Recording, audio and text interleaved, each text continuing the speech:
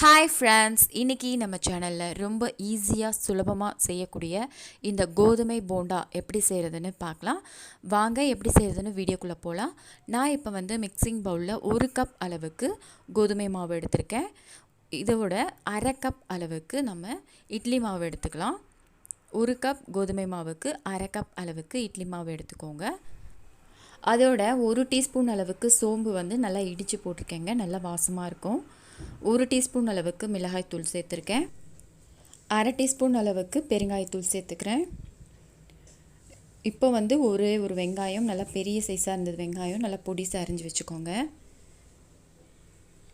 ஒரு துண்டு இஞ்சி துருவியும் சேர்த்துக்கலாம், இந்த மாதிரி பொடிசாக கட் பண்ணியும் சேர்த்துக்கலாம்.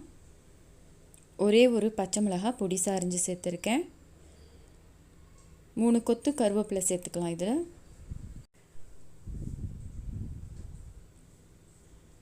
கொத்தமல்லி நல்லா பொடிசாக அரிஞ்சு வச்சுருக்கேன், அதையும் சேர்த்துக்கலாம். இதுக்கு தேவையான அளவு உப்பு சேர்த்துட்டு இப்போ நல்லா பிசைஞ்சு விட்டுக்கோங்க. இப்போ தண்ணி எதுவும் சேர்க்காமல் நல்லா பிசைஞ்சிக்கலாம்.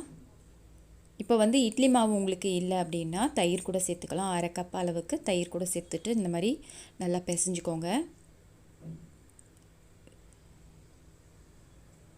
இப்போ கொஞ்சம் கொஞ்சமாக தண்ணி சேர்த்து நல்லா பிசைஞ்சிக்கோங்க. எடுத்த உடனே அதிகமாக தண்ணி சேர்த்து பிசையக்கூடாது. கொஞ்சம் கொஞ்சமாக தண்ணி சேர்த்து எந்த அளவுக்கு உங்களுக்கு வேணுமோ அந்த அளவுக்கு பார்த்துட்டு சேர்த்துக்கோங்க.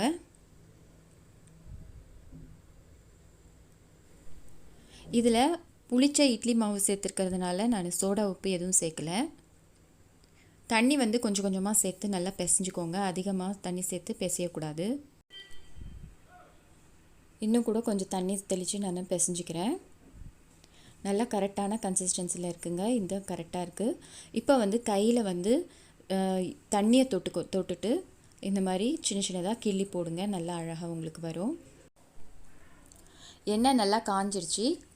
கையில் தண்ணியை தொட்டுட்டு சின்ன சின்னதாக கிள்ளி போடுங்க, அப்போ தான் நமக்கு நல்லா வருங்க. லோ ஃப்ளேமில் வச்சுட்டு இந்த மாதிரி எல்லாத்தையும் கிள்ளி போடுறேன் நான்.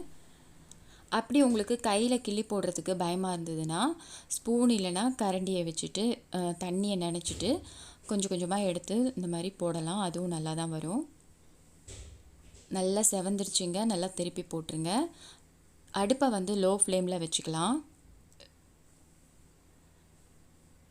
நல்லா சின்ன சின்னதாக போட்டால் தான் உள்ளெல்லாம் நல்லா வேகும். நல்லா பெருசு பெருசாக போட்டுறக்கூடாது. ரொம்ப ஈஸியாகவும் சுலபமாகவும் இந்த கோதுமை போண்டா உங்களுக்கு செஞ்சு காமிச்சிருக்கேங்க. இது நல்லா கிறிஸ்பியாக இருக்கும், மேலே கிறிஸ்பியாக உள்ளே சாஃப்டாக இருக்கும், நல்லாயிருக்கும், சாப்பிடவும் நல்லா இருக்குங்க.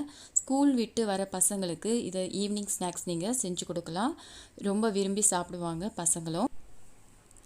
இந்த வீடியோ உங்களுக்கு பிடிச்சிருக்கும்னு நினைக்கிறேன். பிடிச்சிருந்தா உங்கள் ஃப்ரெண்ட்ஸ் ரிலேட்டிவ்ஸ் எல்லாருக்கும் ஷேர் பண்ணி விடுங்க.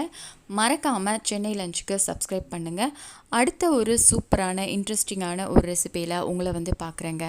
இந்த வீடியோ பார்த்த அனைவருக்கும் நன்றி.